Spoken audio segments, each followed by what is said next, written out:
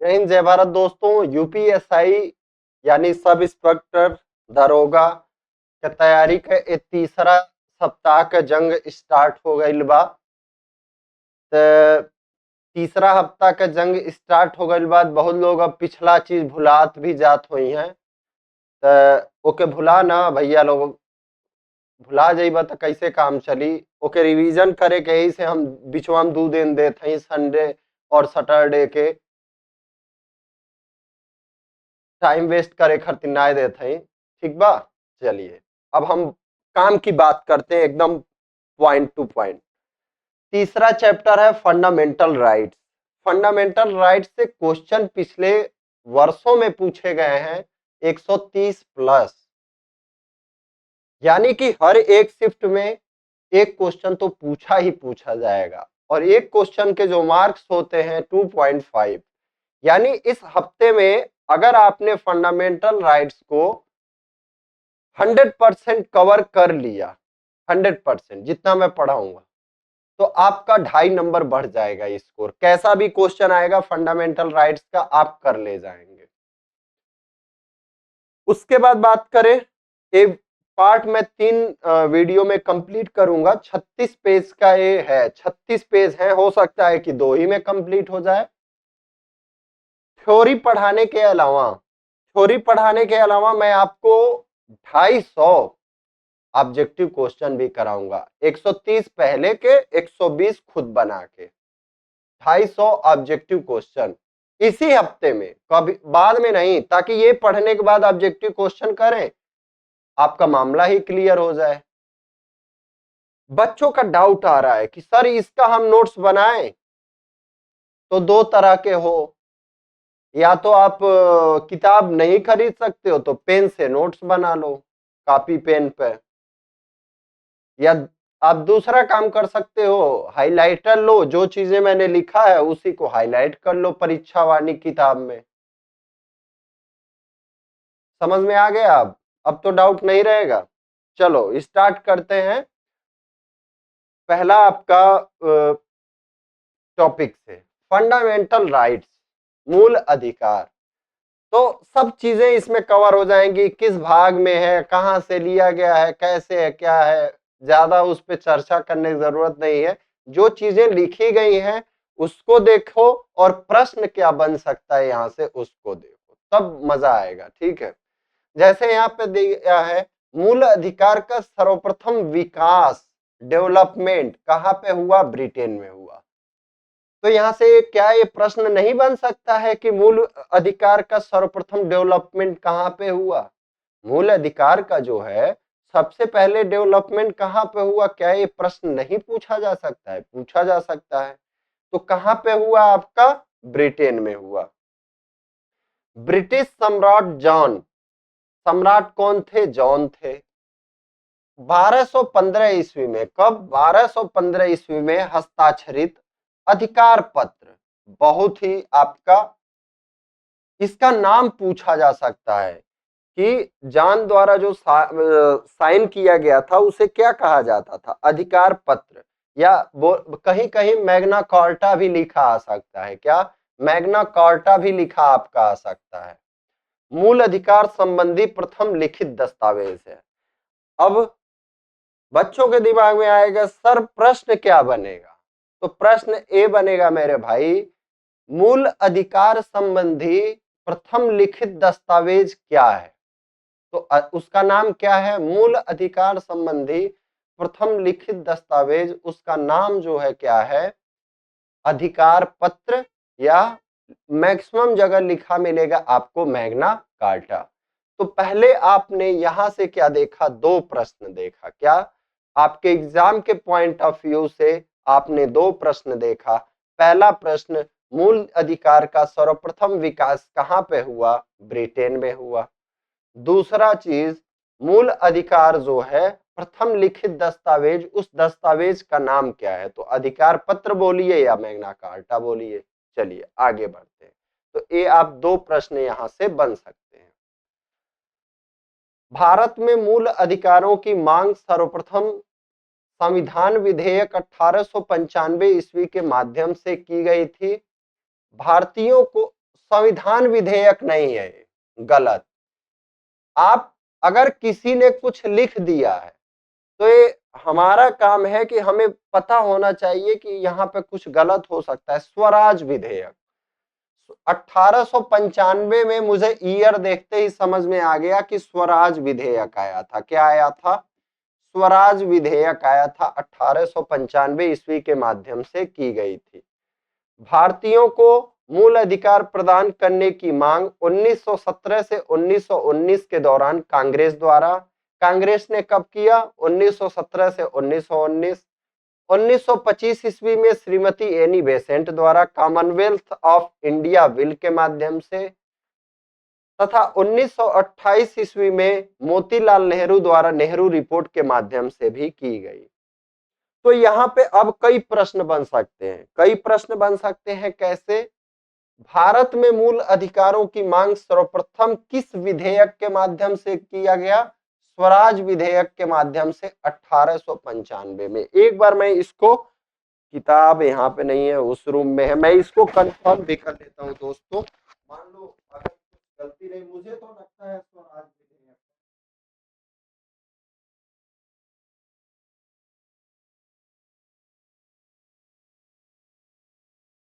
मुझे तो लगता है स्वराज विधेयक है। ठीक है, एक मिनट में आगे आपके सामने। किताब में भी संविधान विधेयक लिखा है, लेकिन मुझे लगता है स्वराज विधेयक।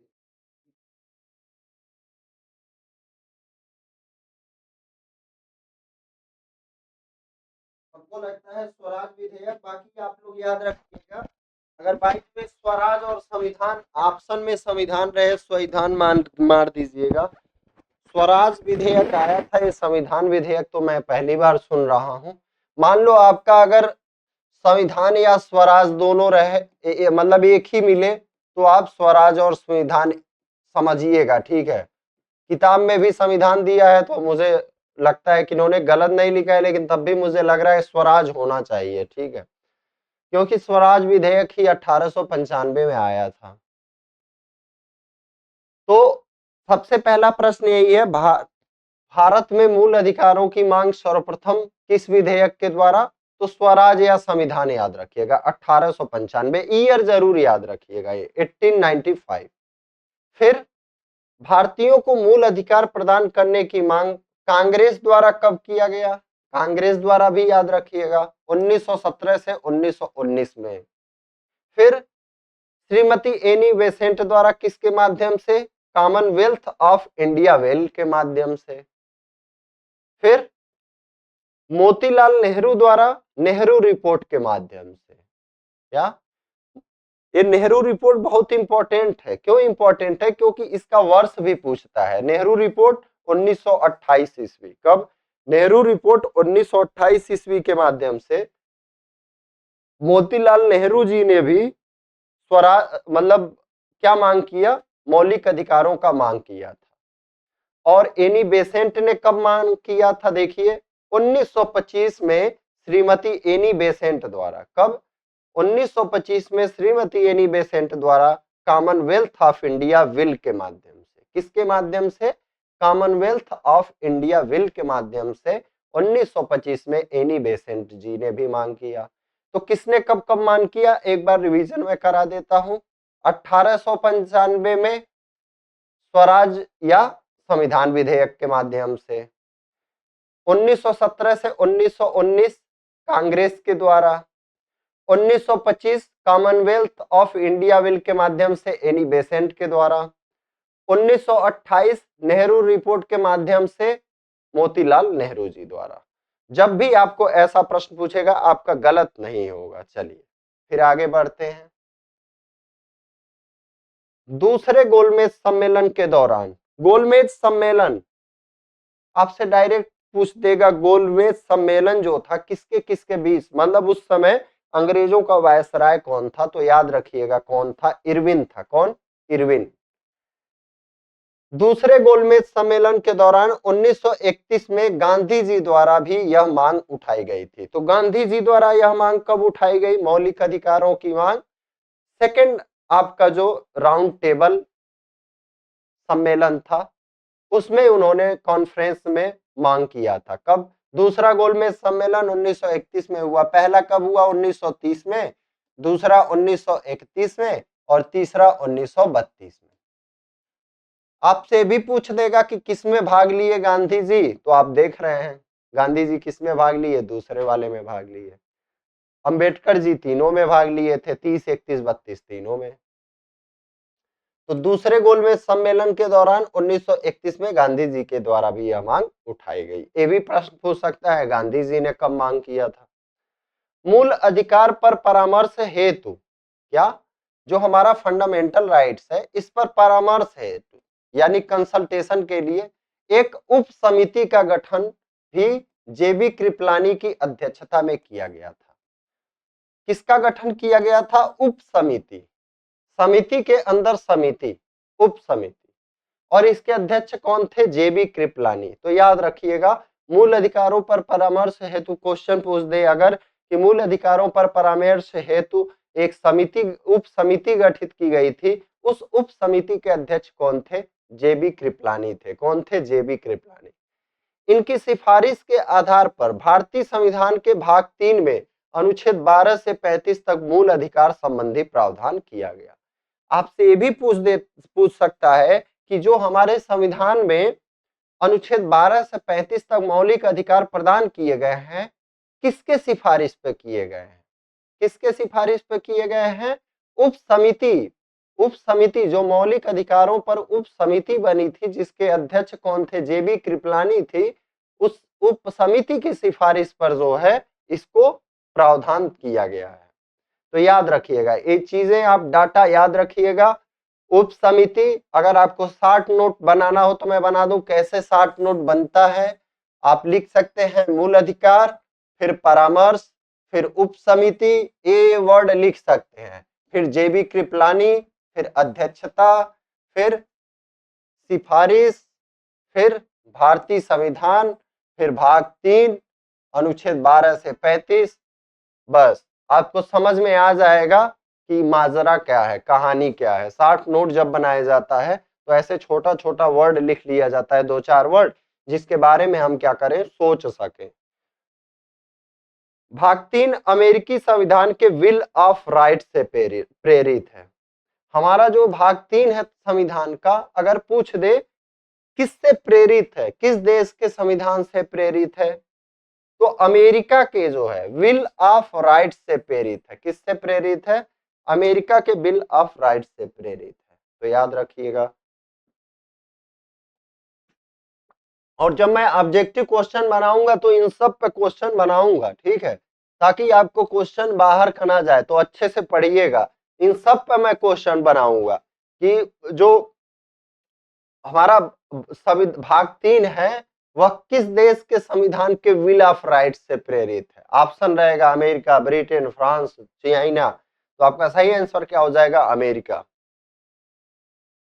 चलिए, सामान्यतः मूल अधिकार राज्य के विरुद्ध नागरिकों को प्रदान किया गया है। क्या कह रहा है?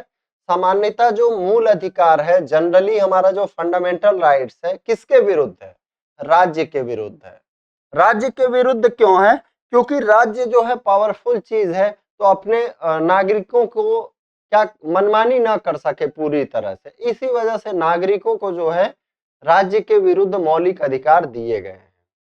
किंतु कुछ अधिकार व्यक्तियों के विरुद्ध भी प्रदान किया गया है। अब आप देखते होंगे कुछ जगहों पे ऐसा भी हो सकता है कि व्यक्ति ही एक व्यक्ति के अधिकार का हनन करने लगे। तो कुछ अधिकार हमारे ऐसे भी हैं जो व्यक्तियों के विरुद्ध हैं। कौन कौन से? अनुच्छेद 15(2), अनुच्छेद 17 अस्पृश्यता, अनटचबिलिटी पता ही है, अनुच्छेद 23 मानव का दुर्व्यापार, बलात्कार, श्रम एवं प्रतिषेध, अनुच्छेद 24 बच्चों का खतरनाक श्रम में न यूज किया जाना, मतलब 14 साल से कम के बच्चे हैं तो। प्रदत्त मूल अधिकार व्यक्तियों के विरुद्ध हैं। तो आपसे देखिए, आप ये अनुच्छेद याद रखिएगा, कौन कौन सा? अनुच्छेद 15(2), अनुच्छेद 17, अनुच्छेद 23 और अनुच्छेद 24। मैं प्रश्न क्या बनाऊंगा बता देता हूं, मैं प्रश्न भी बता दे रहा हूं क्या बनाऊंगा। मैं प्रश्न बनाऊंगा, निम्न में से कौन सा अधिकार व्यक्तियों के विरुद्ध नहीं है? क्या निम्न में से कौन सा मौलिक अधिकार व्यक्ति के विरुद्ध नहीं है? तो ये 4 में से जो है एक नहीं रहेगा, 3 रहेगा। तो कौन कौन सा रहेगा? तो ये तो सबको पता है, इसी में से हम खत्म करेंगे, इसी में से। तो याद रखिएगा, अनुच्छेद 15(2), अनुच्छेद 17, अनुच्छेद 23 और अनुच्छेद 24 किसके विरुद्ध है? व्यक्तियों के विरुद्ध है। प्रश्न मैं ऐसे बनाऊंगा, देखिएगा, जब ऑब्जेक्टिव कराऊंगा इस पे, के अंतर्गत प्रदत्त मूल अधिकार व्यक्तियों के विरुद्ध है। संविधान द्वारा कुछ मूल अधिकार केवल नागरिकों को। अच्छा, अब बात आती है, जैसे मान लीजिए अपने देश में विदेशी भी व्यक्ति आते हैं और ऐसे भी व्यक्ति आते हैं जो भारत के नागरिक नहीं होते हैं। तो क्या हम एक नागरिक हैं और एक विदेशी व्यक्ति है, बाहरी व्यक्ति है, दोनों को समान अधिकार मिलने चाहिए या मिले हैं भारतीय संविधान में? तो भारतीय संविधान में दोनों को समान अधिकार नहीं मिले हैं, मौलिक अधिकार समान नहीं है। यहाँ पे क्या कह रहा है? कुछ मूल अधिकार केवल हमारे नागरिकों को हैं। कौन कौन से? याद रखिएगा, क्योंकि क्वेश्चन जब बनता है तो यहाँ पे लोगों का बुद्धि तहस नहस हो जाता है। तो मैं आपको पहले ही ऑब्जेक्टिव क्वेश्चन इस पे करा दूंगा, तो कैसे याद रखिएगा? देखिए, 15, 16, 19, 29 और 30 याद रखिएगा। क्या 15, 16 के बाद 19 याद रखिएगा और 29 और 30 लगातार है ही। कैसे याद रखेंगे? 15, 16 फिर 19 पर चले जाइएगा, स्वतंत्रता का अधिकार सिर्फ व्यक्तियों नागरिकों को है, सबको नहीं है। और 29 और 30 कौन कौन सा? 15, 16 फिर 19 फिर 29 और 30। ये सिर्फ किसको है? नागरिकों को है, भारत के नागरिकों को, सभी को नहीं है। तो देखिए यहाँ पे क्या रहा है? द्वारा प्रदत्त मूलाधिकार प्रदान किया गया है, तो कुछ मूलाधिकार सभी व्यक्तियों के लिए है। चलिए, आपात के समय राष्ट्रपति अनुच्छेद 20 तथा अनुच्छेद 21 के सिवाय अन्य सभी मूल अधिकारों को निलंबित कर सकता है। यह बात किस अनुच्छेद में कही गई है? अनुच्छेद 359 में की गई है। तो प्रश्न यहाँ ऐसे नहीं पूछूंगा मैं कि कौन कौन से अनुच्छेद को राष्ट्रपति निलंबित नहीं कर सकता है, ये तो सबको पता है। कोई भी बच्चा बता देगा, अरे सर अनुच्छेद 20 और 21 राष्ट्रपति नहीं कर सकते हैं। हम ये पूछेंगे किस अनुच्छेद में दिया गया है कि राष्ट्रपति आपातकाल के समय अनुच्छेद 20 और 21 को निलंबित नहीं कर सकते हैं?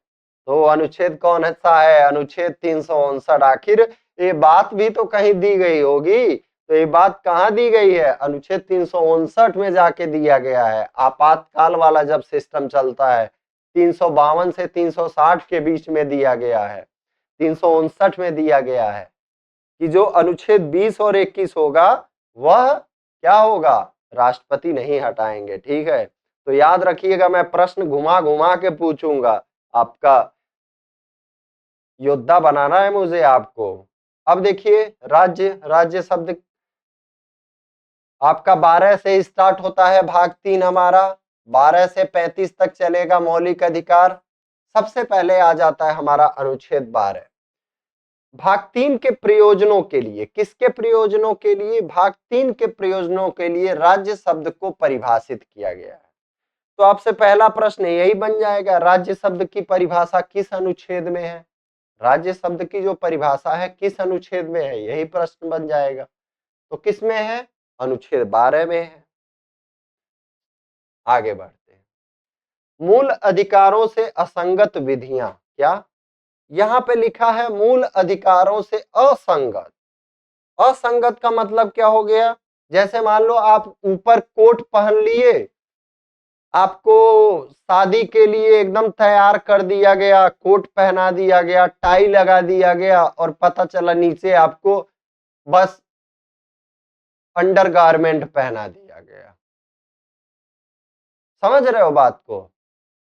बस हाफ पैंट पहना दिया गया, शॉर्ट, शॉर्ट जिसको बोला जाता है।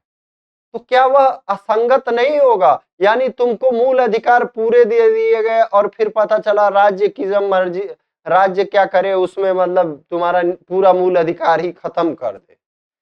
तो अनुच्छेद 13 इसी से याद रखिएगा कि शादी वाला बाबू हैं, उनको पूरा कोट पैंट पहना दिया गया, तो नीचे शॉर्ट नहीं पहनाया जाएगा। क्या नीचे शॉर्ट नहीं पहनाया जाएगा? अंडर गारमेंट बस अंडर गारमेंट पे नहीं भेजा जाएगा, क्योंकि वहां शादी में सालियां रहेंगी और लोग रहेंगे, कोई पता चला सिर्फ अंडर गारमेंट है, धड़ाक दे खींच दिया, बाबू हो गए खत्म, टाटा बाय बाय फिश। तो इसी वजह से जैसे ऊपर कोट वोट बढ़िया से पहने हैं, नीचे भी आपका पहने रहेंगे, तो अगर कोई खींचेगा भी तो बेल्ट वोल्ट लगा रहेगा, तो उनका अधिकार बच जाएगा, वो लड़ के बच जाएंगे, अपना इज्जत बचा लेंगे, अधिकार बचा लेंगे। समझिएगा, प्रयास करिएगा। अनुच्छेद 13, मूल अधिकारों से असंगत विधियां, यानी मान लीजिए आपका मूल अधिकार है, उससे कोई असंगत विधि बनती है, जैसे मैंने क्या बताया नीचे असंगत, तो वो विधि उसी लेवल तक क्या होगी, शून्य होती जाएगी, जितना वह मूल अधिकारों का क्या है, हनन करेगी। देखिए यहाँ पे मूल अधिकारों का सुरक्षा कवच है, इसके द्वारा न्यायालय को मूल अधिकारों का सजग प्रहरी बनाया गया है। किसके द्वारा? अनुच्छेद 13 के द्वारा। इसी के तहत जो है मूल अधिकारों का सुरक्षा कवच बना हुआ है। और न्यायालय अनुच्छेद 32 और अनुच्छेद 226, अनुच्छेद 32 में कौन? Supreme court. अनुच्छेद 226 में कौन? High court. रिट जारी करने का अधिकार आप सभी को पता ही है। चलिए आगे बढ़ते हैं। इसके तहत न्यायालय ऐसी किसी विधि को शून्य घोषित कर सकता है। क्या कर सकता है? कौन कौन शून्य कर देगा? न्यायालय किसी भी विधि को, क्या लिखा है, किसी विधि को शून्य घोषित कर सकता है जो मूल अधिकारों से क्या है, असंगत है। जैसे मैंने आपको नहीं बताया, ऊपर कोट पहनने को कोई कह दिया और नीचे कह दिया कि आप शर्ट पहन के जाइए, तो ये क्या हो जाएगा? अब कौन कह देगा? लड़के का पापा रहेगा, कहेगा नहीं ऐसा नहीं होगा, न्यायालय। लड़के का पिताजी मान लीजिए न्यायालय है, तो बोलेंगे नहीं नहीं ऐसा नहीं होगा भाई, हमारा लड़का शर्ट पहन के नहीं जाएगा, वो पूरा उसको पहनाओ, पूरा सूट बूट पहनाओ। तो उसी तरह से अगर मान लीजिए मूल अधिकार जो है उनसे असंगत कोई विधि बनाई जाती है, तो न्यायालय क्या कर सकता है? उस विधि को क्या कर सकता है? शून्य कर सकता है, जो मूल अधिकारों से असंगत है। न्यायालय की यह शक्ति न्यायिक पुनर्विलोकन की शक्ति कहलाती है। न्यायालय की यह शक्ति क्या कहलाती है? न्यायिक पुनर्विलोकन। पुनर्विलोकन का मतलब होता है किसी चीज का फिर से अवलोकन करना। जैसे मान लीजिए कोई विधि बना दी गई है और न्यायालय को लगता है कि भाई ये तो जो विधि या कानून बनाया गया है मूल अधिकारों का हनन कर रहा है, तो अब न्यायालय क्या करेगा? उसका अवलोकन करेगा। तो उसे क्या कहा जाता है? पुनर्विलोकन कहा जाता है। और ये शक्ति किसके पास है? न्यायालय के पास है। भारतीय संविधान के अंतर्गत न्यायिक पुनरावलोकन का सिद्धांत अमेरिका से लिया गया है। मैं प्रश्न यहां से बनाऊंगा कि भारतीय संविधान के अंतर्गत न्यायिक पुनरावलोकन का सिद्धांत कहां से लिया गया है? तो कहां से लिया गया है मेरे भाई? अमेरिका से लिया गया है। और न्यायिक पुनरावलोकन आपका किसमें है? देखिए, अल्पीकरण करने वाली विधियां भी बोलते हैं, अनुच्छेद 13 में है। किसमें है? अनुच्छेद 13 में। चलिए आगे बढ़ते हैं। एक प्रश्न बनता है, क्या कोई व्यक्ति खुद से अपने मौलिक अधिकारों को त्याग सकता है? एक बात सोचिए आप, मान लीजिए कोई व्यक्ति है, क्या खुद से अपने मौलिक अधिकारों को त्याग सकता है? नहीं, नहीं त्याग सकता है। आपका दिया हुआ है, भारत में कोई भी व्यक्ति स्वयं की इच्छा से मूल अधिकारों का त्याग नहीं कर सकता। तो फ्रेंड्स, आप लोग अपने दोस्तों के पास शेयर कर दीजिए भाई। आप लोग वीडियो देखते हैं, लेकिन पढ़ने वाले दोस्तों के पास तो कम से कम शेयर किया करिए और लाइक कर दिया करिए। इतना मतलब आपके लिए मेहनत कर रहे हैं, चाहे आपके लिए हो चाहे हमारे लिए हो, हम सबके लिए है, हम सबके लिए है। ठीक है जी, आपके लिए भी फायदेमंद है, मेरे लिए भी फायदेमंद है। तो आप जरूर लाइक कर दिया करें, वीडियो को शेयर कर दिया करें। मैं बार बार नहीं कहना चाहता हूं, क्योंकि डिस्टरबेंस होता है और भूल भी जाता हूं मैं कि ये बात कहना है। कि मुझे नहीं लगता है कि मैं अगर इतना मेहनत करता हूं तो इस बात को मुझे आके कहना पड़े कि भाई लोग आप लोग लाइक कर दीजिए। अगर आपको खुद जेन्युइनली देखता है कि अगर मेहनत कर रहे हैं भैया हमारे, तो आप इतना तो जरूर कर सकते हैं। चलिए अब आ जाते हैं भारत का संविधान एवं मूल अधिकार। भारत का मूल संविधान कुल 7 मौलिक अधिकार अपने नागरिकों को प्रदान करता था। जो हमारा मूल संविधान था, मूल संविधान कौन था? जो 26 नवंबर 1949 को बनकर तैयार हुआ था, वो मूल संविधान था। उसमें नागरिकों को 7 मौलिक अधिकार प्रदान किए गए थे। किंतु क्या कह रहा है? किंतु तो यहाँ पे क्या प्रश्न बनेगा? जो हमारा मूल संविधान था उसमें कितने मौलिक अधिकार नागरिकों को प्रदान किए थे? पहला प्रश्न यही बन जाएगा। तो पहला प्रश्न का उत्तर क्या हो जाएगा? 5 और 2 7। किंतु 44वें संविधान संशोधन अधिनियम 1978 द्वारा संपत्ति के मूल अधिकार को समाप्त कर दिया गया। ये कितना है? 1978 है। ध्यान दीजिएगा, क्लियर ना दिख रहा हो तो ये 1978। संपत्ति के मूल अधिकार को समाप्त कर दिया गया। संपत्ति का मूल अधिकार अनुच्छेद 19(1) च तथा अनुच्छेद 31 में वर्णित था। संपत्ति का अधिकार कहां कहां पे था? अनुच्छेद 19(1) के च में था, यानी स्वतंत्रता के अधिकार के अंदर था, और अनुच्छेद 31 में था। अब संपत्ति का अधिकार कैसा अधिकार है? अनुच्छेद 300 का क या 300 का ए भी बोल सकते हो आप। 300 का ए के तहत एक विधिक अधिकार है। कैसा अधिकार है? विधिक अधिकार है। तो अब यहाँ पे एक नहीं कई प्रश्न बन सकते हैं, जैसे निम्न में से कौन सा जो है अब आपका मौलिक अधिकार नहीं है? पहला प्रश्न यही बनेगा, निम्न में से कौन सा अब मौलिक अधिकार नहीं है? संपत्ति का अधिकार मौलिक अधिकार नहीं है। संपत्ति का अधिकार अब कैसा अधिकार है? ये प्रश्न बन जाएगा। संपत्ति का अधिकार अब विधिक अधिकार है। संपत्ति का अधिकार पहले किस अनुच्छेद में हुआ करता था? 19(1) का च और अनुच्छेद 31 में हुआ करता था। किस संविधान संशोधन द्वारा संपत्ति के अधिकार को मौलिक अधिकारों से हटा के आपका विधिक अधिकार बनाया गया? 44 अमेंडमेंट द्वारा। वर्ष कौन था? 1978 आपका वर्ष था। फिर प्रश्न क्या बनेगा? किस अनुच्छेद में डाला गया है? 300 का ए में डाला गया है। तो यहाँ जितना भी डाटा दिया गया है भाई मेरे, सबसे प्रश्न बन जाएगा, सबसे प्रश्न बन जाएगा। तो यहाँ पे मैं 2 प्रश्न कम से कम डालूंगा, 2 प्रश्न यहाँ से या 3 प्रश्न डालूंगा टेस्ट में, तो आप ध्यान से पढ़ लेना इसको। अतः वर्तमान में भारतीय नागरिकों को कुल 6 मौलिक अधिकार प्राप्त हैं, जो अधोलिखित है, मतलब नीचे लिखे जा रहे हैं। अब प्रश्न बन जाएगा, पहले 7 थे, संपत्ति का अधिकार हटा दिया गया, तो अब जो है कितने मौलिक अधिकार है? अब जो है हमारे पास कितने हैं? 6 मौलिक अधिकार हैं। ठीक है, देखें कितना मिनट हो गया? 28 मिनट हो गया मेरे भाई। कोई नहीं, अच्छे से समझा रहा हूं मैं। क्या क्या है हमारा? समानता का अधिकार अनुच्छेद 14 से 18। समानता इंग्लिश में बोले तो इक्वेलिटी। क्या? इक्वेलिटी। इक्वेलिटी से मतलब क्या हो गया?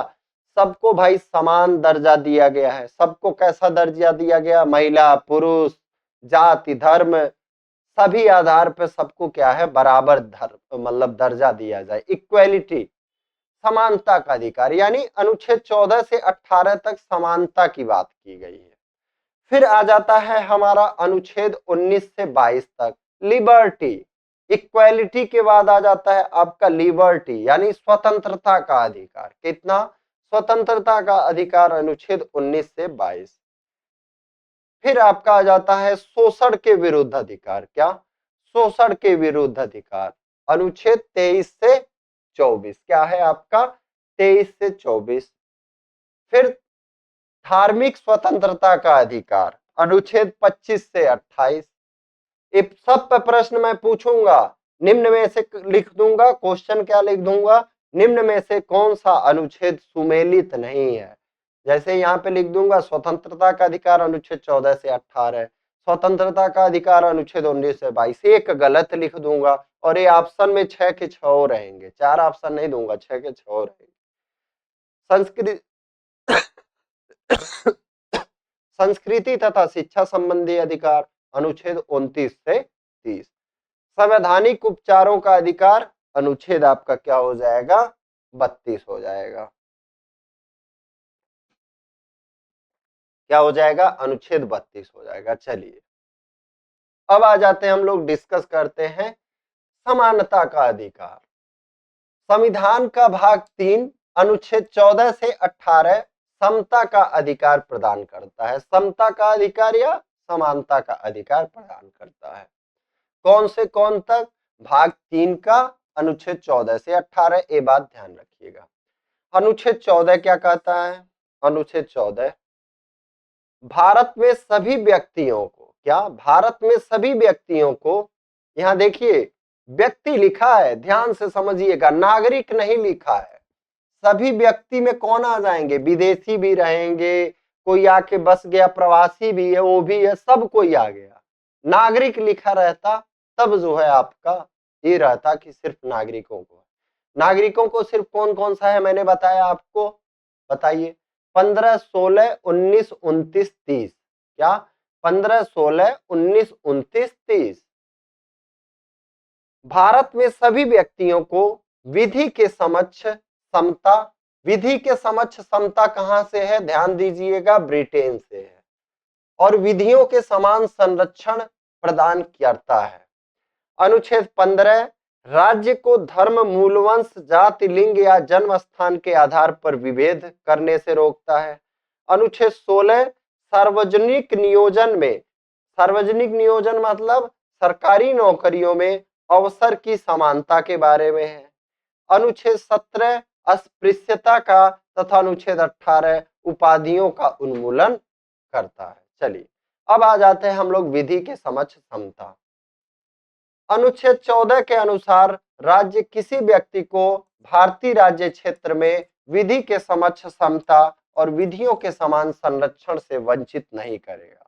अनुच्छेद 14 क्या कहता है, राज्य जो है किसी भी व्यक्ति को भारत के राज्य क्षेत्र में विधि के समक्ष समता या विधियों के समान संरक्षण से वंचित नहीं करेगा। कौन नहीं करेगा, राज्य, देखिए यहां पे लिखा है, यानी ये जो हमारा अधिकार है किसके विरुद्ध है, राज्य के विरुद्ध है। हम लोगों ने पढ़ा था ना कि कौन कौन सा ऐसा अधिकार है जो व्यक्ति के विरुद्ध है। 15 का 2, 17, फिर आपका कौन सा था, 23, 24, ये किसके विरुद्ध था, व्यक्तियों के विरुद्ध था। लेकिन ये जो हमारा अनुच्छेद 14 है किसके विरुद्ध, राज्य के विरुद्ध है। तो राज्य किसी व्यक्ति को भारतीय राज्य क्षेत्र में विधि के समक्ष समता और विधियों के समान संरक्षण से वंचित नहीं करेगा। विधि के समक्ष समता की अवधारणा ब्रिटेन के संविधान से ली गई है। विधियों के समान संरक्षण की अवधारणा अमेरिका के संविधान के 14वें संशोधन द्वारा दिए गए अधिकार के समरूप है। तो ये उतना इंपॉर्टेंट नहीं है, बस इतना इंपॉर्टेंट है, विधियों के समान संरक्षण की अवधारणा कहां से, अमेरिका से। चलिए अनुच्छेद 14 में नैसर्गिक न्याय, नेचुरल जस्टिस का सिद्धांत अंतर्निहित है। तो मैं आपसे क्वेश्चन पूछूंगा, किस अनुच्छेद में जो है नेचुरल जस्टिस का सिद्धांत निहित है। मैं आपसे क्या पूछूंगा, किस अनुच्छेद में नेचुरल जस्टिस का सिद्धांत निहित है।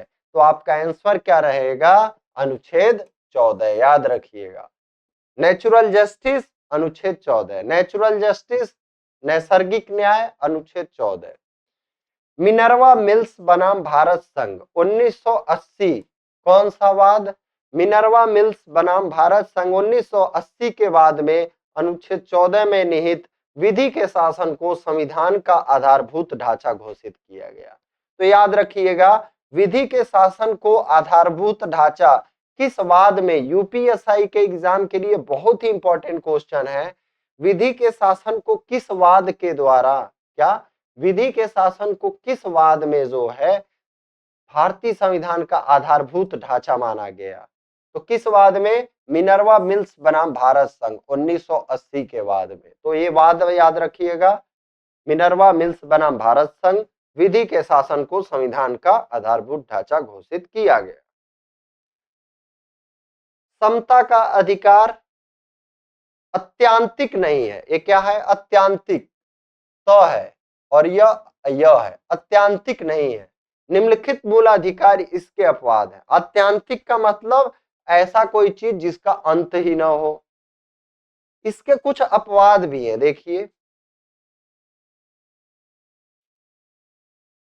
अनुच्छेद 15(3) के अनुसार, किसके अनुसार? अनुच्छेद 15 के 3 के अनुसार राज्य स्त्रियों एवं बच्चों के लिए विशेष उपबंध कर सकता है। प्रीवियस ईयर यूपीएसआई का उठा के देख लेना, घटना चक्र और कोई नॉर्मल किताब पढ़ के जाओगे, लूसेंट पढ़ के जाओगे, ये नहीं मिलेगा। लेकिन यहाँ पे जो है मैंने आपका शामिल किया है, हर एक चीज को शामिल किया है जो यूपीएसआई नीचे से नीचे लेवल मतलब खोद के भी पूछ सकता है। आप देखना कैसे कैसे प्रश्न पूछे गए। यहाँ से प्रश्न बना है, अनुच्छेद 15 का 3 से प्रश्न वहां बना है। किसके लिए है? स्त्रियों एवं बच्चों के लिए है। किसके लिए? अनुच्छेद 15 के 3 के अनुसार राज्य स्त्रियों एवं बच्चों के लिए विशेष उपबंध कर सकता है। फिर अनुच्छेद 15 पे 4 सामाजिक और शैक्षणिक रूप से पिछड़े अनुसूचित जातियों एवं अनुसूचित जनजातियों के लिए विशेष प्रावधान करने की छूट राज्य को देता है। ठीक है, तो ये सब आपको डीपली जानना पड़ेगा। अनुच्छेद 15 का 15 का 3 किससे हो गया? स्त्रियों एवं बच्चों से हो गया। किससे हो गया? 15 का 3 स्त्रियों एवं बच्चों से हो गया। 15 का 4 किससे हो गया? अनुसूचित जातियों, अनुसूचित जनजातियों और पिछड़े सामाजिक और शैक्षणिक रूप से, इनको किसका छूट है? विशेष प्रावधान करने की छूट किसको दी गई है? राज्य को दी गई है। अनुच्छेद 16 का 4 सार्वजनिक नियोजन में विशेष प्रावधान की छूट राज्य को देता है। क्या? सार्वजनिक नियोजन में विशेष प्रावधान की छूट राज्य को देता है। इसी प्रकार राष्ट्रपति, राज्यपाल, विदेशी राजनयिकों, उच्चतम न्यायालय व उच्च न्यायालयों के न्यायाधीशों तथा संसद एवं विधानमंडल के सदस्यों को प्रदत्त विशेषाधिकार समता के अधिकार का अपवाद है। जैसे आप देखते होंगे संसद सदस्यों के विशेषाधिकार पढ़ेंगे 103 या 105 में है, अनुच्छेद 103 या 105 के आसपास में है।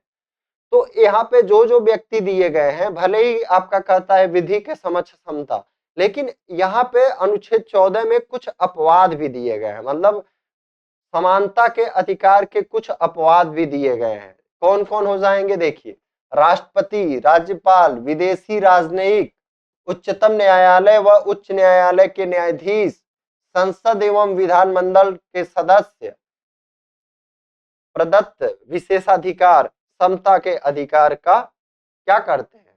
अपवाद है। अनुच्छेद 15 द्वारा प्रदत्त मूल अधिकार केवल नागरिकों के लिए है। क्या है? अनुच्छेद 15 द्वारा जो मूल अधिकार मिले हैं केवल नागरिकों के लिए। मैंने आपको बताया ही 15, 16, 19, 29, 30। कौन कौन? 15, 16, 19, 29, 30। मैं बार बार लिखूंगा ताकि आपको याद हो जाए।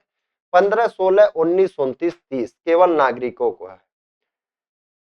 अनुच्छेद 15(1) क्या कहता है? केवल धर्म, मूलवंश, जाति, लिंग, जन्म स्थान अथवा इनमें से किसी आधार पर नागरिकों के मध्य विभेद करने से राज्य को रोकता है। यानी राज्य जो है क्या कर सकता है? इन 5 आधारों पे, धर्म, मूलवंश, जाति, लिंग और जन्म स्थान के आधार पर क्या कर सकता है? अपने नागरिकों में विभेद नहीं करेगा। इन 5 पे विभेद नहीं करेगा, बाकी किसी चीज पे विभेद कर सकता है। तो ये चीज आप ध्यान रखिएगा। और एक किस अनुच्छेद में कहा गया है? अनुच्छेद 15(1) में कहा गया। मैं डायरेक्ट आपसे प्रश्न पूछूंगा, किस अनुच्छेद में कहा गया है कि राज्य जो है धर्म, मूलवंश, जाति, लिंग, जन्म स्थान के आधार पर अपने नागरिकों के प्रति विभेद नहीं करेगा? तो वहां पे ऑप्शन ऐसे नहीं दूंगा 15, 16, 17, 18, 15 का 1, 14 का 3, 15 का 3, 15 का 4, कंफ्यूज करके रख दूंगा आपको।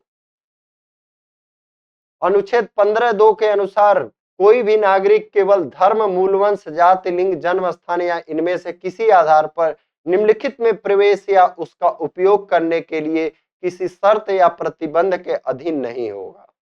देखिए क्या क्या चीज का दिया है।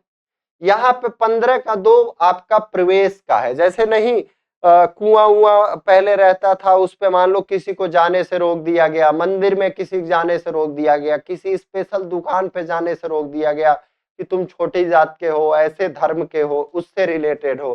तो यहाँ पे यही तो कह रहा है, किस किस आधार पे नहीं रोका जा सकता है? मूल वंश, जाति, लिंग, जन्म स्थान और धर्म। इन 5 आधारों पर किसी व्यक्ति को कहां कहां नहीं रोका जा सकता है। 15 का 2 का ध्यान देना। दुकान, सार्वजनिक भोजनालय, होटल, सार्वजनिक मनोरंजन के स्थान तथा राज्य निधि से पोषित या सार्वजनिक उपयोग हेतु समर्पित कुआं, तालाब, स्नानाघाट, सड़क या सार्वजनिक समागम के स्थलों आदि पर। ये किसमें दिया है? 15 का 2 में है। किसमें? 15 के 2 में है। 15 का 3 किससे था? राज्य को स्त्रियों एवं बालकों के लिए उनकी विशेष स्थिति के आधार पर कुछ विशेष प्रावधान करने की शक्ति प्रदान करता है। यानी राज्य को शक्ति प्रदान की गई है कि आप महिलाओं एवं बच्चों के लिए क्या करिए, कुछ उनका हेल्प का काम कर सकते हैं, उनको एक्स्ट्रा मतलब कुछ बेनिफिट दिया जा सकता है। किस में कहा गया है? अनुच्छेद 15 का 3 में कहा गया है। 15 का 4 देखिए, अनुच्छेद 15 को 4 को प्रथम संविधान संशोधन अधिनियम 1951 द्वारा संविधान में अंतः स्थापित किया गया। इसके द्वारा राज्य को निम्न के संबंध में विशेष उपबंध करने की शक्ति प्रदान की गई। क्या क्या? सामाजिक एवं शैक्षणिक दृष्टि से पिछड़े हुए नागरिकों के लिए, अनुसूचित जाति के लिए तथा अनुसूचित जनजाति के लिए। ध्यातव्य है कि शिक्षण संस्थाओं में आरक्षण का प्रावधान अनुच्छेद 15(4) के तहत ही किया गया है। क्या? यहाँ पे देखिए, आपसे प्रश्न पूछ देगा शिक्षण संस्थाओं में आरक्षण का जो प्रावधान है किस अनुच्छेद में किया गया है, तो अनुच्छेद 15 के 4 के तहत ही किया गया है।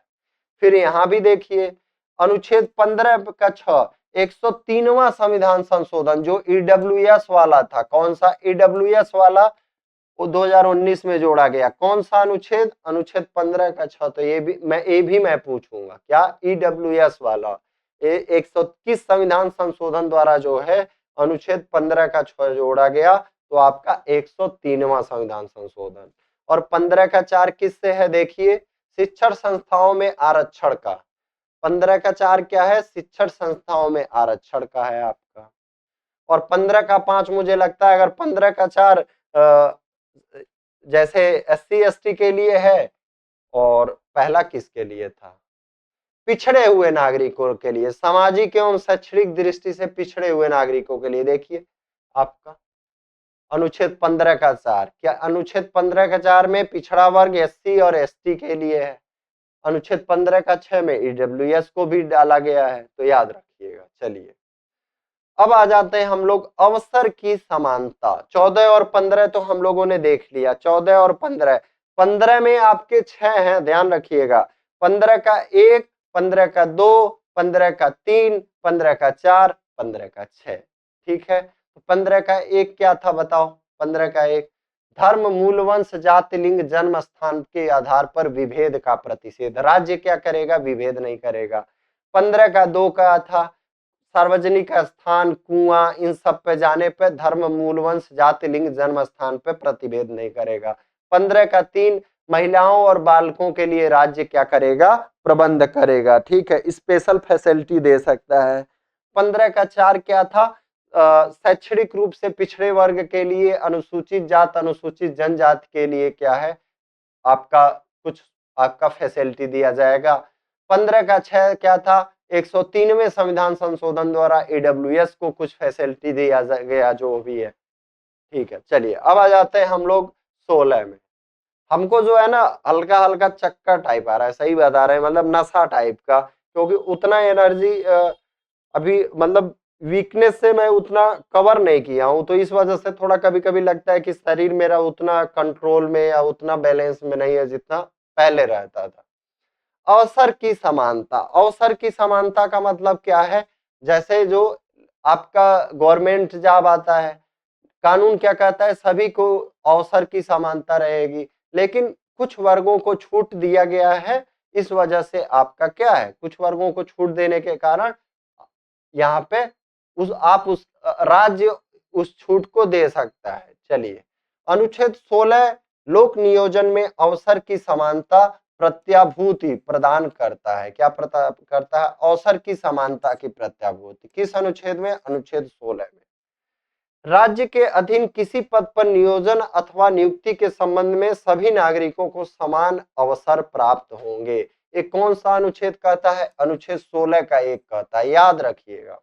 अनुच्छेद 16 द्वारा प्राप्त प्रदत्त मूल अधिकार सिर्फ नागरिकों के लिए है, सभी व्यक्तियों के लिए नहीं है। याद रखिएगा, 15, 16 बार बार लिखवाऊंगा मैं, 19, 29, 30 आपको, ताकि याद हो जाए। ये सिर्फ नागरिकों को है, 15, 16, 19, 29, 30, 15, 16, 19, 29, 30 ये सिर्फ नागरिकों को है। राज्य के अधीन किसी पद पर नियोजन अथवा व्यक्ति के संबंध में सभी नागरिकों को समान अवसर प्रदान होंगे। किस अनुच्छेद में कहा गया है? 16 का 1 में कहा गया है। अनुच्छेद 16 द्वारा प्रदत्त मूल अधिकार सिर्फ नागरिकों के लिए है। 16 का 4 देखिए, अनुच्छेद 16 पे 4 के तहत राज्य ऐसे पिछड़े वर्गों के लिए जिनका प्रतिनिधित्व राज्य की सेवाओं में पर्याप्त नहीं है, आरक्षण का प्रावधान कर सकती है। किस अनुच्छेद के तहत? अनुच्छेद 16 पे 4 के तहत।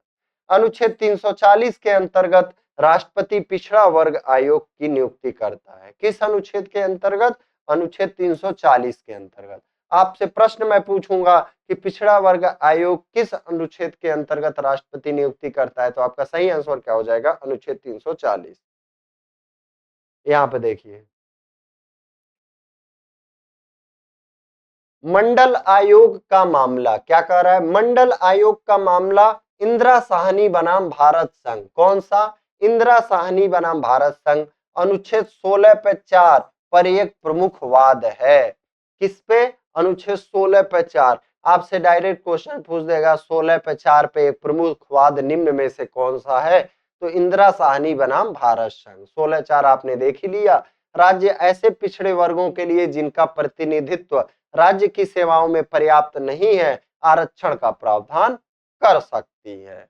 किसमें? अनुच्छेद 340 के अंतर्गत राष्ट्रपति पिछड़ा वर्ग आयोग की नियुक्ति करता है।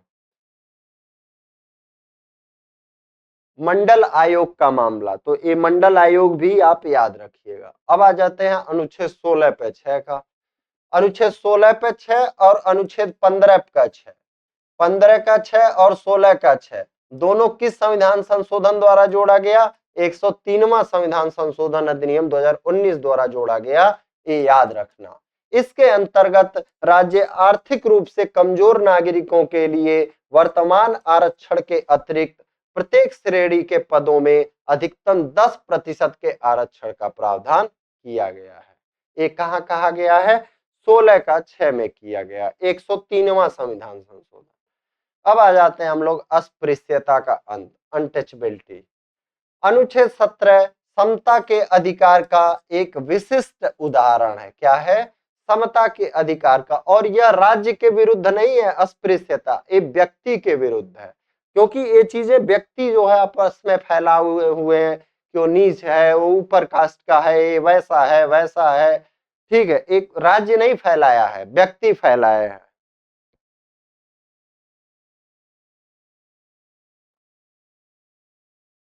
चलिए, समता के अधिकार का एक विशिष्ट उदाहरण है, कौन सा? अनुच्छेद 17। अनुच्छेद 35 संसद को अस्पृश्यता के संबंध में विधि बनाने की शक्ति प्रदान करता है। तो आपसे प्रश्न मैं पूछ दूंगा, कौन सा अनुच्छेद संसद को अस्पृश्यता के संबंध में विधि बनाने की शक्ति प्रदान करता है? तो कौन सा अनुच्छेद? अनुच्छेद 35 जो है संसद को अस्पृश्यता के संबंध में विधि बनाने की शक्ति प्रदान करता है। ध्यातव्य है कि अनुच्छेद 17 द्वारा प्रदत्त मूल अधिकार केवल राज्य के विरुद्ध ही नहीं है, वरन प्राइवेट व्यक्तियों के विरुद्ध भी है। यानी ये प्राइवेट व्यक्तियों के विरुद्ध भी है और राज्य के, दोनों के विरुद्ध है। क्या? राज्य और प्राइवेट व्यक्ति दोनों के विरुद्ध है, ध्यान रखिएगा। अब आ जाते हैं हम लोग उपाधियों का अंत, अनुच्छेद 18। अनुच्छेद 18 द्वारा राज्य को उपाधियां प्रदान करने तथा नागरिकों एवं अनागरिकों को उपाधियां ग्रहण करने से प्रतिषिद्ध किया गया है, प्रतिषेध किया गया है या प्रतिषिद्ध, प्रोहिबिटेड, प्रतिषिद्ध का मतलब क्या हो जाएगा, प्रोहिबिटेड किया गया है। कौन सा अनुच्छेद, अनुच्छेद 18 द्वारा। अनुच्छेद 18(1) के अनुसार राज्य सेना तथा विधा संबंधी सम्मान के सिवाय और कोई उपाधि क्या प्रदान नहीं करेगा।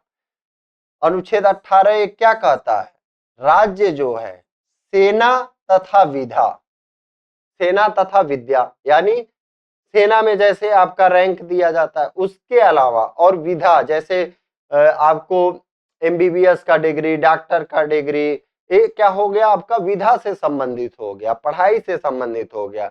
इसके सम्मान के सिवा जैसे डॉक्टरेट की डिग्री दी जाती है और कोई उपाधि प्रदान नहीं करेगा। चलिए, स्वतंत्रता का अधिकार। अब आ जाते हैं हम लोग स्वतंत्रता का अधिकार। संविधान का भाग 3 अनुच्छेद कितना से कितना तक, 19 से 22 तक जो है स्वतंत्रता के मूल अधिकार के बारे में है। अनुच्छेद 19 कुल 6 मूलभूत स्वतंत्रताओं को प्रत्याभूत करता है यानी गारंटी करता है। कौन, अनुच्छेद 19 कुल 6 मूलभूत स्वतंत्रताओं को प्रत्याभूत यानी गारंटी करता है। चलिए आगे देखते हैं। अनुच्छेद 20 अपराधों के लिए दोष सिद्धि के संबंध में संरक्षण प्रदान करता है। अनुच्छेद 20 क्या करता है, अपराधों के लिए दोष सिद्धि के संबंध में संरक्षण प्रदान करता है। अनुच्छेद 21 में प्राण एवं दैहिक स्वतंत्रता को संरक्षित किया गया है। अनुच्छेद 21 का किस संविधान संशोधन द्वारा जोड़ा गया, ध्यान रखिएगा 86 अमेंडमेंट 2002 द्वारा जोड़ा गया। शिक्षा के अधिकार को मौलिक अधिकार घोषित किया गया है। अनुच्छेद 22 में कुछ दशाओं में गिरफ्तारी एवं निरोध से संरक्षण प्रदान किया गया है। किसमें, अनुच्छेद 22 में गिरफ्तारी और निरोध से संरक्षण। तो यहां से डायरेक्ट प्रश्न भी पूछ सकता है कि अनुच्छेद 22 में क्या है, इसमें क्या है। तो चलिए अब हम लोग इसको देखते हैं। अनुच्छेद 19(1) द्वारा प्रदत्त 6 मूलभूत स्वतंत्रताओं का स्थान सर्वप्रमुख है या था। तो इसको याद कैसे करेंगे मैं आपको बताता हूं। सबसे पहले पहली उंगली पकड़ो, पहली उंगली जैसे मैं बोल रहा हूं, अपनी बातों को रख रहा हूं आपके सामने, या बोलने की स्वतंत्रता हो गई या अभिव्यक्ति की स्वतंत्रता हो गई। क्या हो गई, बोलने की स्वतंत्रता हो गई या अभिव्यक्ति की स्वतंत्रता हो गई। जैसे ही मैंने अपनी बात को बोला, अपनी अभिव्यक्ति को प्रकट किया, 4-5 लोग आ गए, 4-5 लोग आ गए, 10 लोग आ गए, यानी सम्मेलन कर सकते हो शांतिपूर्वक। अब हम लोग 10 लोग इस रूम में बैठ के शांतिपूर्वक सम्मेलन कर सकते हैं। मान लो यहाँ पे 10 लोग हल्ला करेंगे, रूम है किराए का, मकान मालिक कहेंगे भैया भाग जाओ, तुम लोग भाग जाओ, ठीक है। और ये भी नहीं कि 10 लोग आ गए हो तो अब 10 लोग इसी रूम में पड़े रहो बहुत दिन तक ना। मकान मालिक कहेंगे आपने अकेले के लिए रूम लिया था, आप इसी में रहने लगे। बताइए, 2 लोगों का बोल के बोले थे परिवार के साथ रहेंगे, आप लोग यहीं रह गए 10 लोग। तो हमने जब बोलना स्टार्ट किया 10 लोग आए। पहला क्या है, अभिव्यक्ति की स्वतंत्रता। दूसरा आपका क्या हो जाएगा, 10 लोग मिले यानी शांतिपूर्वक सम्मेलन करने की स्वतंत्रता। क्या, हमने सम्मेलन किया। अब सम्मेलन करने के बाद क्या होता है, सब कोई अपने अपने घर जाना लगता है। मकान मालिक जब बोल दिए भाई आप ज्यादा दिन ऐसे नहीं रहिए, तो सब लोग अपने अपने घर जाने लगे। तो आदमी जब बिछड़ता है तो क्या करता है, व्हाट्सएप ग्रुप बनाता है। क्या बनाता है, व्हाट्सएप ग्रुप बनाता है। भाई अब हम लोग बिछड़ जाया जा रहा है, चलो ना व्हाट्सएप ग्रुप बना ले। उसी तरह आपका पहला क्या था, बोलने की स्वतंत्रता। दूसरा सम्मेलन करने की स्वतंत्रता। तीसरा संघ बनाने की स्वतंत्रता, संघ या समिति बनाने की स्वतंत्रता तीसरा में था। तो अब क्या है, व्हाट्सएप ग्रुप बन गया। अब व्हाट्सएप ग्रुप बनने के बाद क्या होगा, आप कहीं भी चले जाओगे, क्या करोगे, व्हाट्सएप ग्रुप करने के बाद क्या हो जाएगा आपका, कहीं भी चले जाओगे। अब चले जाओगे फिर आपको क्या हो जाएगा, कहीं भी जाने की स्वतंत्रता है। व्हाट्सएप ग्रुप बन गया, आप कहीं भी जा सकते हो, अब एक दूसरे से कनेक्टेड रहोगे। व्हाट्सएप ग्रुप बनने के बाद क्या होगा, फिर जब लोगों को बुलाना रहेगा तो आ जाएंगे लोग। तो व्हाट्सएप ग्रुप बनने के बाद कहीं भी चले जाओ, कोई उस दिशा में गया, कोई उस दिशा में गया, तो कहीं भी आने जाने की स्वतंत्रता हो गई। अब मान लो जो जहां गया उसको वहीं अच्छा लग गया, तो वहीं पे बस गया, बसने की स्वतंत्रता हो गई। अब बस गया, अब मान लो वहां पे 2 नंबर का धंधा किया, 2 नंबर का धंधा किया, खूब रुपया कमाया, सरकार ने कहा रुपए वाली स्वतंत्रता हटा दो। तो बसने के बाद क्या है, आपका संपत्ति का अधिकार था, तो संपत्ति का अधिकार हटा दिया गया। फिर अब उसे कहा गया कोई तुम अच्छा व्यवसाय करो, खराब व्यवसाय मत करो। व्यवसाय करने की स्वतंत्रता दी गई, लेकिन अच्छा व्यवसाय करो। तो फिर उसने अच्छा व्यवसाय किया। तो यही एक क्रम है। देखिए, वाक एवं अभिव्यक्ति की स्वतंत्रता सबसे पहले, शांतिपूर्ण एवं निरायुध सम्मेलन की स्वतंत्रता, संगठन एवं संघ व्हाट्सएप वाला, यहाँ से लोग जाने लगे, व्हाट्सएप ग्रुप बनाए। भारत के राज्य क्षेत्र में अबाध संचरण की स्वतंत्रता, जब व्हाट्सएप ग्रुप बन गया तो अब कहीं भी जाओ एक दूसरे से कनेक्टेड रहोगे। भारत के राज्य क्षेत्र के किसी भाग में निवास करने एवं बस जाने की स्वतंत्रता, मान लो अब लोग जहां जहां जाएंगे अच्छा लगेगा तो बस जाएंगे। कोई वृत्ति आजीविका या व्यापार या कारोबार की स्वतंत्रता, लेकिन अंग के बाद देखो च गायब है। च क्यों गायब है? इसने क्या किया, उस एरिया में बस के उत्पात मचा दिया। नंबर 2 का धंधा, 4 बहुत पैसा कमाया, तो पैसा बहुत कमाया तो उसको क्या किया गया, हटा दिया गया। भाई ये बहुत गलत काम कर रहा है, इसको बोलो सही काम करे। तो अब देखो क्या कहा गया, कोई वृत्ति आजीविका व्यापार या कारोबार की स्वतंत्रता। ये नहीं कि अब भांग बेचने लगो, जो लीगल काम है वही कर सकते हो। चलो, अनुच्छेद 19(1) में कुल 7 स्वतंत्रताएं थी। अनुच्छेद 19(1) च में उपबंधित संपत्ति के अर्जन, धारण एवं व्ययन के अधिकार की स्वतंत्रता को 44वें संविधान संशोधन अधिनियम 1978 द्वारा निरसित कर दिया गया। अनुच्छेद 19 द्वारा प्रदत्त अधिकार केवल नागरिकों के लिए है, किसी विदेशों के लिए नहीं है। तो नागरिकों के लिए फिर हम लिखेंगे ताकि आपको एकदम रट जाए, 15, 16, 19, 29, 30। ये केवल किसको है, सिर्फ नागरिकों को है। चलिए अब आ जाते हैं हम लोग वाक एवं अभिव्यक्ति की स्वतंत्रता। अनुच्छेद 19(1) का क भारत के सभी नागरिकों को वाक एवं अभिव्यक्ति की स्वतंत्रता प्रदान करता है। इसके संबंध में एक केस देख लीजिए, कौन सा केस किससे है, बहुत ही इंपॉर्टेंट चीज है। तो अभिव्यक्ति में क्या आ जाता है, आपका प्रेस की स्वतंत्रता, ये भी तो एक अभिव्यक्ति है। इससे रिलेटेड केस कौन सा है, साकल पेपर्स लिमिटेड बनाम भारत संघ। मैं इसको आपको सुमेलित करवाऊंगा दोस्त, ऐसे जैसे बच्चों को नहीं यहाँ तरबूजा दिखा दिया जाता है, यहाँ तरबूजा लिख दिया जाता है, तो ऐसे ही मैं आपको ये सुमेलित करवाऊंगा, सब सुमेलित करवा के याद करा दूंगा प्रैक्टिस के रूप में। ये मत सोचना ये टेस्ट में एक एक टेस्ट में दूंगा, ये सब टेस्ट में दूंगा, तब आपका स्कोर बनेगा। प्रेस की स्वतंत्रता किससे है, साकल पेपर्स लिमिटेड बनाम भारत संघ। राष्ट्रीय ध्वज फहराने का अधिकार, राष्ट्रीय ध्वज फहराना जो भी है वो भी एक अभिव्यक्ति का माध्यम है। जैसे आप टाटा करते हैं, किसी को टाटा करते हैं, बाय करते हैं, नमस्ते करते हैं, तो आप बोलते नहीं है लेकिन अभिव्यक्ति तो करते हैं, ये भी तो अभिव्यक्ति है। तो वैसे ही राष्ट्रीय ध्वज आपका फहराने का अधिकार किसमें है, भारत संघ बनाम नवीन जिंदल 2004 में। विदेश जाने का अधिकार, मेनका गांधी बनाम भारत संघ 1978। इंटरनेट का अधिकार, अनुराधा भसीन बनाम भारत संघ वर्ष 2020। तो ये चारों मैं सुमेलित करने को दे दूंगा, तो आप सुमेलित करिएगा, 5-6 बार करेंगे वैसे ही याद हो जाएगा कि इसका ये होता है। सभा एवं सम्मेलन करने की स्वतंत्रता, अनुच्छेद 19(1) का ख भारत के सभी नागरिकों को यह स्वतंत्रता प्रदान करता है कि वह अपने विचारों के प्रचार प्रसार के लिए शांतिपूर्ण तथा निरायुध सम्मेलन कर सकते हैं। जैसे मैं अपना विचार यहाँ रख रहा हूँ, 10 लोग आके शांतिपूर्ण तरीके से बैठ सकते हैं, मकान मालिक को पता बस मत चले। तो ये कब है, 19(1) का ख में है।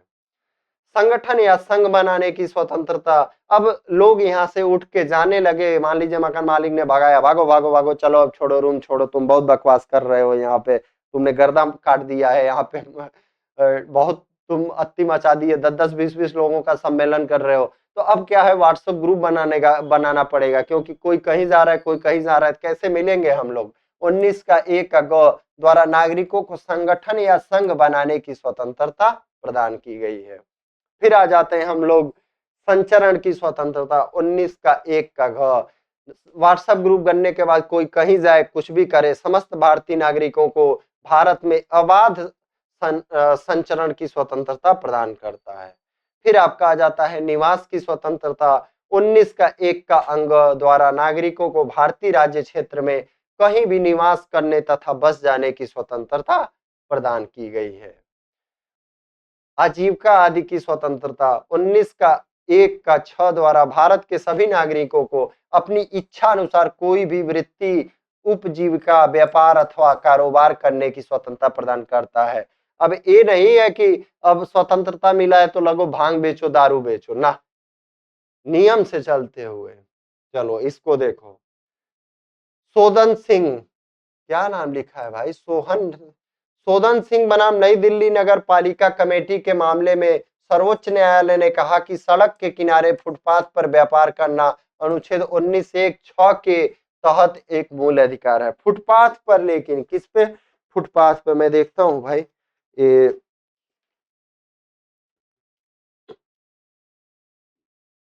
कहाँ पे हम लोग,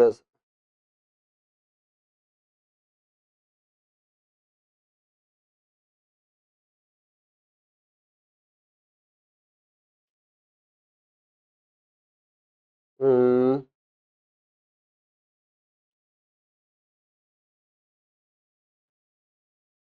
सोदन सिंह ही है, सही है। सोदन सिंह बनाम नई दिल्ली नगर कमेटी, क्या है? सोदन सिंह बनाम नई दिल्ली नगर कमेटी, क्या है? सोदन सिंह बनाम नई दिल्ली नगर कमेटी, क्या है हमारा ये? सोदन सिंह बनाम नई दिल्ली नगर पालिका कमेटी। तो सोदन सिंह, जैसे मान लो कोई एक व्यक्ति थे, फुटपाथ पे बेच रहे थे, तो उनका ठेला वाला कोई आया, मान लो फेंक दिया, ठीक है, सोदन सिंह चले गए कोर्ट, नई दिल्ली कोर्ट में चले गए, तो उनको अधिकार सुप्रीम कोर्ट ने दिया कि आप अपना ठेला वाला लगाइए, कोई भी उपजीविका करिए, लेकिन कहाँ ठेला लगाइए आप? फुटपाथ पर। तो याद रखना, सोदन सिंह बनाम नई दिल्ली नगर पालिका कमेटी, कोई भी 19(1)(6) के अधिकार जो है, ठीक है। चलो, दोष सिद्धि के संबंध में संरक्षण, थोड़ा पानी पी लेते हैं, हमको लगता है 1 घंटा हो गया होगा। हाँ, 1 घंटा 2 मिनट हो गया, और 10-15 मिनट इसको कर लेते हैं। मैं प्रयास करूंगा कि 2 दिन में ये वीडियो बन जाए, तो उसके बाद ऑब्जेक्टिव क्वेश्चन इस पे कराना बहुत जरूरी होगा, बहुत ज्यादा।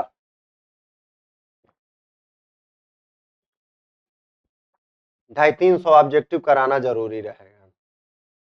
दोष सिद्धि के संबंध में संरक्षण, अनुच्छेद 20 अपराधों के लिए दोष सिद्धि के संबंध में क्या करता है? संरक्षण प्रदान करता है। अनुच्छेद 20(1) के अनुसार किसी व्यक्ति को किसी अपराध के लिए तब तक दोष सिद्ध नहीं किया जाएगा जब तक कि उसने कोई ऐसा कार्य नहीं किया है जो उस कार्य को करते समय लागू किसी विधि के अधीन अपराध। अब इसका मतलब क्या हुआ? किसी व्यक्ति को तब तक, जैसे आप याद करिएगा, वो केस हुआ था दिल्ली वाला भाई, वो मैं बार बार भूल जाता हूँ उसका नाम, वो जो रेप वाला केस था, नाबालिग को जो है सजा का पता नहीं क्या था, कैसा था, तो उस समय जो है आपका संविधान में नहीं था, ठीक है, उस समय जो है आपका संहिता में नहीं था, आईपीसी में नहीं था, ठीक है, कि इतने छोटे बच्चे को ऐसा किया, मतलब सजा दिया जाए या जो भी है। तो आपका कहने का मतलब है, जो अब जब अपराध घटित होता है तब हमारा विधि के अनुसार वो अपराध दंडनीय होना चाहिए। ऐसा नहीं है कि आज मैंने कोई काम किया और फिर कल जो है विधि बना दिया गया कि कल जो तुमने काम किया था वो गलत किया था, ना, उस समय विधि थी कि नहीं थी, ये आपका होना चाहिए। किस अनुच्छेद के अनुसार? अनुच्छेद 20(1) के अनुसार किसी व्यक्ति को किसी अपराध के लिए तब तक दोष सिद्ध नहीं किया जाएगा जब तक उसने कोई ऐसा कार्य नहीं किया है जो उस कार्य को करते समय लागू किसी विधि के अधीन अपराध है। चलिए, 20 का 2 के अंतर्गत दोहरे दंड से संरक्षण प्रदान किया गया। दोहरा दंड का मतलब क्या हो गया? इसके अनुसार किसी व्यक्ति को एक ही अपराध के लिए एक से अधिक बार अभियोजित और दंडित नहीं किया जाएगा। जैसे मान लो ऐसा नहीं है, किसी व्यक्ति को एक अपराध के लिए 3 वर्ष का सजा काट दिया गया, वो बेचारा सजा काट के बाहर आ गया, फिर गया कोई कोर्ट केस कर दिया कि तो फिर उसी के लिए फिर से वो 5 साल काटे ना। एक अपराध के लिए एक ही बार। एक इसमें है अनुच्छेद 20 का 2 में। अनुच्छेद 20 का 3 आत्म अभिशंसन के सिद्धांत से संबंधित है। आत्म अभिशंसन जैसे मान लीजिए जिसके अनुसार किसी अपराध अभियुक्त व्यक्ति को स्वयं अपने विरुद्ध साक्ष्य देने के लिए विवश नहीं किया जाएगा। यानी अपने विरुद्ध व्यक्ति को जो है क्या गवाही देने के लिए या साक्ष्य देने के लिए विवश नहीं किया जाएगा। किसमें है? 20 का 3 में। मिस्टर एक्स बनाम मिसेज जेड 2002 के बाद में डीएनए टेस्ट किसको डीएनए टेस्ट कराने को अनुच्छेद 20(3) का उल्लंघन नहीं माना गया। ठीक है, किस केस में? मिस्टर एक्स बनाम मिसेज जेड 2002 के बाद में डीएनए टेस्ट कराने को अनुच्छेद 20(3) का उल्लंघन नहीं माना गया। तो याद रखिएगा, आपसे प्रश्न पूछा जा सकता है किस वाद में जो है डीएनए टेस्ट कराने को अनुच्छेद 20(30) का उल्लंघन नहीं माना गया है? तो मिस्टर एक्स बनाम मिसेज जेड 2002 में। अब आ जाते हैं हम लोग प्राण और दैहिक स्वतंत्रता। किसमें है? अनुच्छेद 21 द्वारा प्राण एवं दैहिक स्वतंत्रता को सुनिश्चित किया गया है। अनुच्छेद 21 के अनुसार किसी व्यक्ति को उसके प्राण एवं दैहिक स्वतंत्रता से विधि द्वारा स्थापित प्रक्रिया के अनुसार ही वंचित किया जाएगा, अन्यथा नहीं। विधि द्वारा स्थापित प्रक्रिया जैसे न्यायालय द्वारा कोई मृत्यु दंड का व्यक्ति सजा पा गया तो विधि द्वारा प्रक्रिया है, तो उसके द्वारा वंचित किया जा सकता है। ठीक है। अनुच्छेद 21 विधायिका तथा कार्यपालिका दोनों के विरुद्ध जो है हमें संरक्षण प्रदान करता है। आगे बढ़ते हैं। विदेश जाने का अधिकार। मेनका गांधी बनाम भारत संघ 1978 के बाद में विदेश भ्रमण का अधिकार एक मूल अधिकार घोषित किया गया। तो इसको याद रखिएगा, विदेश जाने का अधिकार जो है किस अधिकार, ये डायरेक्ट पूछेगा किस बाद में? तो मेनका गांधी बनाम भारत संघ कब? 1978 के बाद में विदेश भ्रमण का अधिकार जो है एक मूल अधिकार घोषित किया गया। फिर एकांतता का अधिकार। राजगोपाल बनाम तमिलनाडु राज्य। क्या? राजगोपाल बनाम तमिलनाडु राज्य। यहां भी देखो गोपाल है, यहां तमिल है, ऐसे याद रखना। एकांतता का अधिकार किसमें है? राजगोपाल बनाम तमिलनाडु राज्य। जीविकोपार्जन का अधिकार। ओलेगा 43 बनाम बॉम्बे म्यूनिसिपल कॉर्पोरेशन। जीविकोपार्जन का अधिकार ओलेगा 43 बनाम बॉम्बे म्यूनिसिपल कॉर्पोरेशन। शिक्षा पाने का अधिकार मोहिनी जैन बनाम कर्नाटक राज्य 1992। निशुल्क विधिक सहायता बहुत ही इंपॉर्टेंट है। एम एम हस्कॉट बनाम महाराष्ट्र। एम हस्कॉट बनाम महाराष्ट्र निशुल्क विधिक सहायता। चिकित्सा सहायता पाने का अधिकार परमानंद कटारा बनाम भारत संघ। डायरेक्ट प्रश्न बनेगा, चिकित्सा सहायता पाने का अधिकार किससे संबंधित है? ऑप्शन दे देगा परमानंद कटारा और भी 2-3 ऑप्शन। तो सही आंसर क्या हो जाएगा? परमानंद कटारा बनाम भारत संघ। सुभाष कुमार बनाम बिहार राज्य के मामले में यह कहा गया कि प्रदूषण मुक्त जल और वायु के उपयोग का अधिकार अनुच्छेद 21 के अंतर्गत प्राण के अधिकार में शामिल है। तो आपसे पूछ देगा प्रदूषण मुक्त जल और वायु के उपयोग का अधिकार किस अनुच्छेद के अंतर्गत, मतलब अनुच्छेद 21 के अंतर्गत प्राण के अधिकार में शामिल है, किस वाद में? वाद पूछेगा तो सुभाष कुमार बनाम बिहार राज्य। किसमें? सुभाष कुमार बनाम बिहार राज्य में। ये यूपीएसआई के लिए इंपॉर्टेंट है तभी मैं करा रहा हूं, ये मत समझना कि इंपॉर्टेंट नहीं है। ज्ञान कौर बनाम पंजाब राज्य के वाद में उच्चतम न्यायालय ने पी रतिनाम के निर्णय को पलटते हुए कहा कि अनुच्छेद 21 के अंतर्गत जीवन के अधिकार में मरने का अधिकार शामिल नहीं है। यानी एक कोई व्यक्ति नहीं कह सकता कि हमको भैया मरने का भी अधिकार है ना, मरने का अधिकार नहीं शामिल है। धूम्रपान का निषेध बहुत ही इंपॉर्टेंट केस है आपका। मुरली देवड़ा बनाम भारत संघ के मामले में उच्चतम न्यायालय ने सार्वजनिक स्थानों पर धूम्रपान को अनुच्छेद 21 द्वारा प्रदत्त मूल अधिकार का उल्लंघन माना तथा राज्यों को सार्वजनिक स्थान पर धूम्रपान का निर्देश दिया कि धूम्रपान पे आप प्रतिबंध लगाइए सार्वजनिक स्थान पे। कौन सा केस है? मुरली देवड़ा बनाम भारत संघ। कौन सा? मुरली देवड़ा बनाम भारत संघ देवड़ा बेवड़ा मतलब पढ़ने के लिए बस बता रहा हूं। जैसे मान लो कोई बेवड़ा बेवड़ा आदमी था, सार्वजनिक स्थान पर लौटने लगा, गिर गया, तो क्या हो गया? तो उससे याद रखना, धूम्रपान सार्वजनिक स्थान पे नहीं रहेगा। किस केस में? मुरली देवड़ा बनाम भारत संघ। विशाखा बनाम स्टेट ऑफ राजस्थान, एक केस मैंने बताया था आपको। सर्वोच्च न्यायालय द्वारा यह धारित किया गया कि महिला कर्मियों का यौन उत्पीड़न लैंगिक समानता, प्राण एवं दैहिक स्वतंत्रता के अधिकारों के अतिक्रमण की कोटि में आता है। तो विशाखा बनाम राजस्थान मैंने आपको बताया था, ये कार्यस्थल पर महिलाओं का यौन शोषण से संबंधित है। आम जनता के समक्ष फांसी देने के विरुद्ध संरक्षण, महान्यायवादी बनाम लिच्छमा देवी 1996। क्या कह रहा है? आम जनता के समक्ष फांसी देने के विरुद्ध संरक्षण किसमें है? महान्यायवादी बनाम लिच्छमा देवी केस में। पुलिस अभिरक्षा में मृत्यु के विरुद्ध संरक्षण, नीलावती बेहरा बनाम उड़ीसा राज्य। बहुत ही इंपॉर्टेंट है, यूपीएसआई में भर भर के क्वेश्चन इन सबसे पूछे गए हैं। जब मैं स्टार्ट करूंगा वाद देखिएगा। हथकड़ी लगाने के विरुद्ध संरक्षण, प्रेम शंकर बनाम दिल्ली प्रशासन 1980। गर्भावस्था के दौरान लिंग परीक्षण महिला के जीवन के अधिकार का उल्लंघन है, विजय शर्मा बनाम भारत संघ 2008। हुसैन आरा खातून बनाम गृह सचिव बिहार, त्वरित सुनवाई का अधिकार यानी तुरंत सुनवाई का अधिकार। शीला वर्षे बनाम महाराष्ट्र राज्य, हिरासत में उत्पीड़न के विरुद्ध अधिकार। डायरेक्ट इससे प्रश्न यही पूछेगा, हिरासत में उत्पीड़न के विरुद्ध। अब आप लोग सोच रहे होंगे सर ये इतना याद कैसे होगा? मैं सब याद करा दूंगा, बस आप टेंशन ना लीजिए। इसके लिए एक अलग मैं आपको दूंगा, बस मैचिंग करिएगा। ऐसे ऐसे दिन आप रोज 4-5 दिन लगातार मैचिंग कर लेंगे, याद हो जाएगा। इसको मैं लिख के दे दूंगा।